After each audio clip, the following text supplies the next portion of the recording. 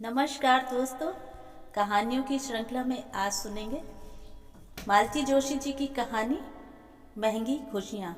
लेकिन उससे पहले मेरा आपसे विनम्र अनुरोध है कि अगर मेरी कहानियाँ आपको अच्छी लगती हैं तो मेरे चैनल को सब्सक्राइब ज़रूर करें, लाइक करें और अपने दोस्तों और परिचितों में शेयर भी करें। बेल आइकन दबाना बिल्कुल भी ना भूलें। आज सुनिए महंगी खुशियाँ।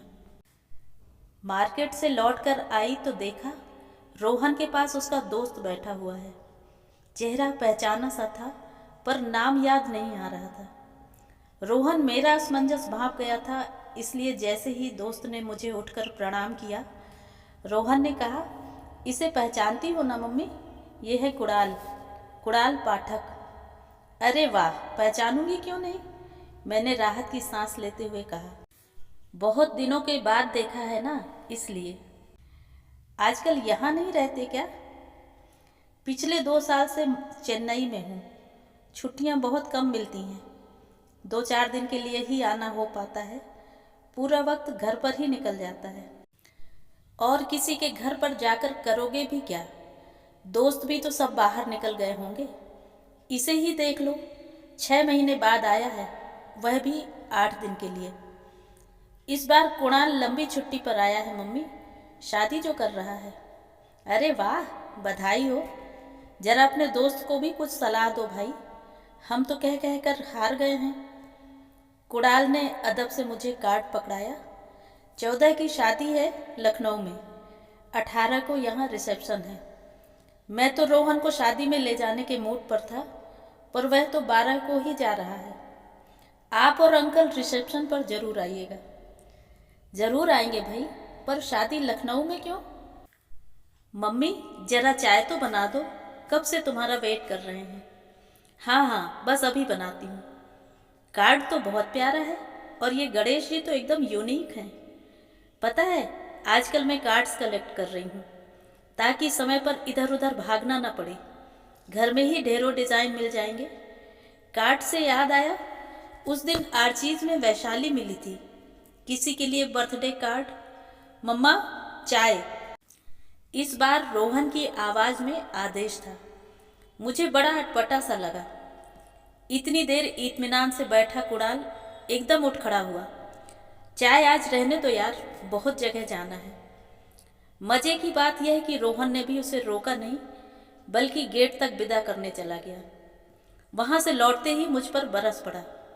मम्मी तुम तो बस एक बार शुरू हो जाती हो तो रुकने का नाम ही नहीं लेती। क्या हुआ? यह पूछने की क्या जरूरत थी कि शादी लखनऊ में क्यों है? अरे मुझे क्या पता कि वे लोग शिफ्ट हो गए हैं। कौन लोग? वही वैशाली आदि लोग। मातेश्वरी, आपके हाथ में शादी का कार्ड था, आपने कार्ड की तारीफ की, गणेश जी की भी प्रशंसा की, तो कार्ड पर लिखा मजमून भी तो पढ़ सकती थी ना। मैंने कार्ड ध्यान से देखा। बड़े अक्षरों में लिखा था, कुणाल वेट्स प्रियंका। ये प्रियंका कौन है? कुणाल की दुल्हन, उसने मुंह फुलाकर कहा और कमरे में चला गया। मुझे बिना बात कटघरे में खड़ा कर गया। कार्ड हाथ में लेकर भी मैं दुल्हन का नाम पढ़ नहीं पाई थी, तो इसलिए कि मेरे जहन में वैशाली का नाम अंकित था। उन दिनों कुणाल का और उसका अफेयर जोरों पर था। 2-4 बार पढ़ाई के बहाने वह मेरे घर भी आई थी। तब रोहन ने ही परिचय करवाया था कि ये कुणाल की फियांसी है। बाद में मैंने उसे चिढ़ाया भी था, बुद्धू राम, इतनी अच्छी लड़की तुम्हें नजर नहीं आई? तुम्हारे सामने दोस्त उसे उड़ा ले गया। अब उसकी शादी किसी प्रियंका नाम की कन्या से हो रही है। यह खबर मेरे लिए अप्रत्याशित थी, लेकिन रोहन है कि बिला वजह मुझसे नाराज हो गया। सारी शाम उसका मूड उखड़ा ही रहा। मैं चाय देने कमरे में गई, तब भी उसने मुझसे बात नहीं की। खाने की मेज पर भी वह चुप चुप ही बना रहा। इन्होंने भी इसे लक्ष्य किया। बोले, क्या बात है साहबजादे, कुछ नाराज से लग रहे हो? अपनी मम्मी से नाराज है वह। गंवाई गंवार माँ का दोस्तों के साथ बात करना उसे अच्छा नहीं लगता। प्लीज मम्मी, वह एकदम फट पड़ा। बात को यूं घुमाओ मत। तो क्या हुआ है, तुम ही बता दो। पापा, आज मेरा एक दोस्त आया था शादी का कार्ड देने। कॉलेज के दिनों में उसका अफेयर चल रहा था। अब मम्मी जुटी हैं, उसी की बात कर रही हैं। मैं हिंट पर हिंट दिए जा रहा हूँ, पर कोई सुने तब ना। बेचारा इतना ऑकवर्ड फील कर रहा था, उठकर चला ही गया। अब मुझे क्या सपना आया था? मम्मी, आपके हाथ में कार्ड था, उसे ठीक से देखना तो था ना। बेटा, गलती हो गई। दोस्तों के अफेयर्स की खबरें देते हो तो ऐसी ब्रेकअप की भी दे दिया करो, ताकि ऐसी गलती दोबारा ना हो। कुणाल बेचारा गिल्टी फील कर रहा है। बैठे बैठे यही सफाई दे रहा था कि कितनी मजबूरी में उसने यह रिश्ता स्वीकार किया है। लड़कियों को मजबूर होते तो सुना है, क्या लड़के भी मजबूर होते हैं? क्यों नहीं होते? परिस्थितियां लड़के और लड़की में भेद नहीं करती। अब कुणाल को ही ले लो, इतनी बड़ी कुर्बानी वह अपनी माँ के लिए कर रहा है। माँ के लिए मतलब? उसकी माँ ने बड़ी मेहनत से अपने तीनों बच्चों को पाला है। कुणाल कुल 3 साल का था जब उसके पिता नहीं रहे। माँ सिर्फ मैट्रिक पास थी। तीनों बच्चों को लेकर उन्होंने गृहस्थी चलाई, नौकरी की, बच्चों को पढ़ाया, खुद भी पढ़ती रहीं। आज वह कॉलेज में लेक्चरर हैं। कुणाल के बड़े भाई डॉक्टर हैं, बहन सॉफ्टवेयर इंजीनियर हैं। और कुणाल को तो तुम जानती ही हो। भाई बहन कहाँ हैं? उन लोगों की शादी हो गई? यही तो रोना है। शादी तो दोनों की ही हो गई है, पर एक भी माँ की रजामंदी से नहीं हुई है। बड़े भाई अपनी एक कुलीग से शादी करना चाहते थे। वह पारसी थी, इसलिए माँ ने परमिशन नहीं दी। उन्होंने रजिस्टर्ड मैरिज कर ली। आजकल ऑस्ट्रेलिया में है, धुआंधार प्रैक्टिस चल रही है, पर माँ उनकी एक पाई भी नहीं छूती। बस कुणाल को जब ज़रूरत होती है चुपचाप मंगा लेता है। और बहन, क्या उसकी भी इंटरकास्ट मैरिज हुई है? नहीं, वे लोग तो खालिस ब्राह्मण हैं। कुणाल के मामा के पड़ोसी हैं। दोनों घरों में बहुत अच्छे संबंध हैं। मनोज और मधुरा की दोस्ती तभी से चली आ रही है। इस शादी में भी माँ को आपत्ति थी। वह एक अलग ही किस्सा है। मनोज 10वीं में रहा होगा तब पिताजी की अचानक नौकरी चली गई। आमदनी का कोई और जरिया नहीं था। कुणाल के मामा जी ने अपने रसूख से मनोज की माँ को एक गर्ल्स हॉस्टल में मेस इंचार्ज लगवा दिया। 3 साल बड़े कष्ट में गुजरे, फिर मामला सुलझ गया। मनोज के पिता की नौकरी बहाल हो गई तो माँ ने अपनी नौकरी छोड़ दी। मुसीबतों के बावजूद उन लोगों ने मनोज की पढ़ाई में कोई व्यवधान नहीं आने दिया। फिर एक दिन मनोज और मधुरा ने एक साथ ही डिग्री ली, पर शादी की बात उठते ही कुणाल की माँ बिफर गई। क्यों? वे बोली, मेस इंचार्ज वगैरह तो कहने की बातें हैं। मनोज की माँ दरअसल वहाँ खाना बनाती थी, और मैं एक मिसरानी के बेटे से अपनी बेटी नहीं ब्याह सकती। फिर क्या? उन लोगों ने आर्य समाज मंदिर में ठाट से शादी कर ली, एक धमाकेदार रिसेप्शन दे दिया और अमेरिका चले गए। अब मनोज के माता पिता मजे से अमेरिका के चक्कर लगाते रहते हैं। ये लोग ही अकड़फू बने हुए हैं। बड़ी दबंग औरत है यह तो। इतनी देर बाद इन्होंने मुंह खोला। बहू डॉक्टर है पर पारसी है, इसलिए स्वीकार नहीं है। दामाद ब्राह्मण है, इंजीनियर है, पर मिसरानी का बेटा है, इसलिए मंजूर नहीं है। उनके हिसाब से दुनिया में कोई फुल प्रूफ रिश्ता है भी? वैशाली के साथ क्या प्रॉब्लम थी, मैंने पूछा।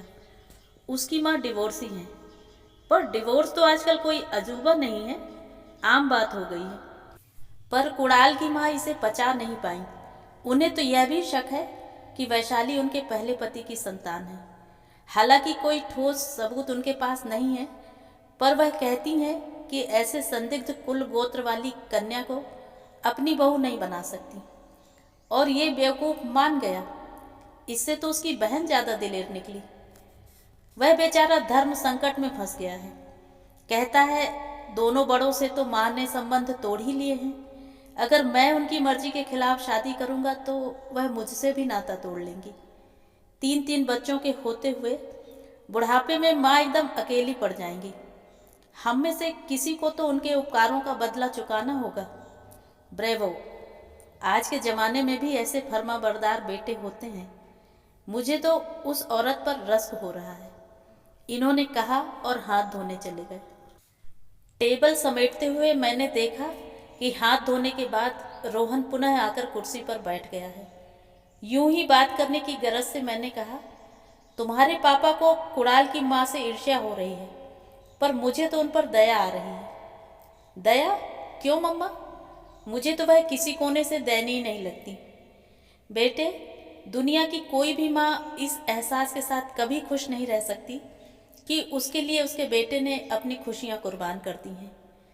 2 क्षण के लिए वह अभिमान से सीना फुला सकती हैं, पर एक अपराध बोध जिंदगी भर उन्हें कचोटता रहेगा। वह कभी नहीं भूल पाएंगी कि उन्हें खुश करने के लिए कितने लोगों को दुखी होना पड़ा है। कुणाल तो खैर शहीदाना बाना धारण कर ही लेगा, पर प्रियंका, वह जीवन भर पति का छद्म प्यार पाने के लिए ही अभिशप्त क्यों हो? वैशाली के घाव क्या कभी भर पाएंगे? अगर उसने कभी शादी की तो उसके पति की पूरी उम्र उसके घावों को सहलाते ही गुजरेगी। एक व्यक्ति को खुश करने के लिए इतने सारे लोगों को दुखी करना, क्या ये बहुत महंगा सौदा नहीं है? रोहन कुछ नहीं बोला, चुपचाप बैठा रहा। केवल उसकी नजरें मेरा पीछा करती रहीं। मैं किचन से फ्रिज तक, फ्रिज से किचन तक, किचन से स्टोर तक चक्कर लगाती रही और वह अपलक मुझे देखता रहा। क्या बात है बेटा, परेशान लग रहे हो?